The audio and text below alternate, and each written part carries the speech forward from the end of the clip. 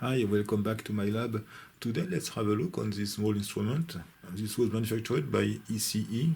This was a French company located in Paris. The date code is 76. ECE is a French company which was created in 1948. In 1989, ECE was acquired by a French company called Intertechnic, and 10 years later, in 1999, Intertechnic was acquired by Zodiac. I don't know exactly the purpose of this instrument. So this is called indicator calculator. There is a manual scale here which can rotate using this knob. And you can see that the scale is divided in two subscales. The first on the bottom here is a temperature scale, it seems, from minus 40 to plus 50 degrees. And you can see, so there is a white index here, which permits the indication of that temperature, 50 on that side and minus 40 on the other side. And there is a second scale on the top in 1,000 feet, from 0 to 18,000 feet. And I guess that this is an altitude which is indicated probably using this second pointer here, which can move, of course, according to some signals. And there is an adjustment here which permits to set these two pointers here.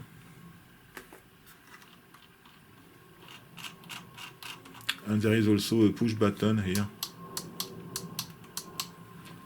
On the rear there are two connectors, one with 3 pins and the second one with something like, I don't know, 15 or 20 pins. On that side there is an adjustment for 100% scale, and on the other side there is an adjustment of 0%. And this thing is sealed, and there is a seal here. So first let's open this thing to see what is inside.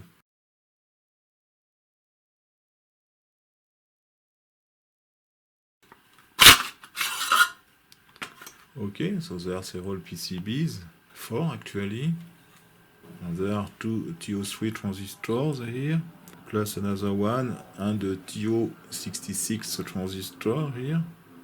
It is difficult to see the parts, I need to remove the board one by one, but we can see that we have, it seems, a motor in the middle to activate the needle.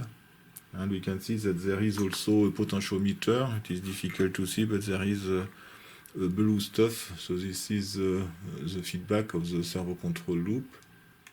And this is effectively a switch. So let's try to remove the boards. Let's start with this one. Okay, it is difficult, but we can see that there is one connector. So probably this board can be removed vertically, so we can start with this one. Probably this one can be removed completely.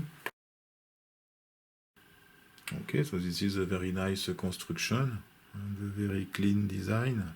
So on that board there are several op-amps, LM101, there is a nice relay.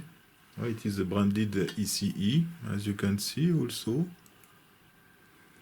And there is another op-amp, LM709, and 4 transistors here.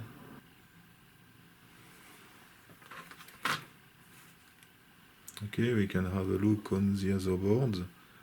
You can see this thing is quite complex. So we have obviously the power supply on the bottom side. So we have a large Zener diode, probably for overvoltage protection. And there is an inductor on that side. On that board there are several logic ICs, 74 series, 74, 72. I cannot see the other ones. Oh, this is the 7404, 6 inverters, and the other one is a 7400, a quad NAND gates. On that board there are mainly capacitors, as you can see. So this is, or maybe this board can be removed now. Look at this very nice construction. You don't have to desolder any wire. And we can see that we have also 4 transistors in TO126. So this is maybe the output stage for the DC motor here of the servo control loop. So this is the DC motor, and there are probably reduction gears inside the second side of this thing. And you can see that there is effectively this potentiometer which permits to have the feedback of the servo control. And I don't see any electrical thing connected mechanically to this knob. This is maybe only a bug here in order just to have an indication.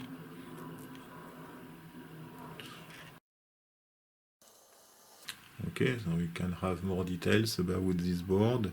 So there are also two op-amps, at least one here. Oh, this is an op-amp also, an LM101, and we have also two other op-amps here. So we have 4 op-amps on that board, 4 transistors, and a few logic ICs. No, I think this thing is broken. I don't know if I broke this thing or if it was already broken, but this trimmer has suffered. Okay, so you can see that there is also a power transistor here, and you can see that there are also probably several op-amps on that side. So this instrument is quite complex. I didn't expect to find such complexity inside this one.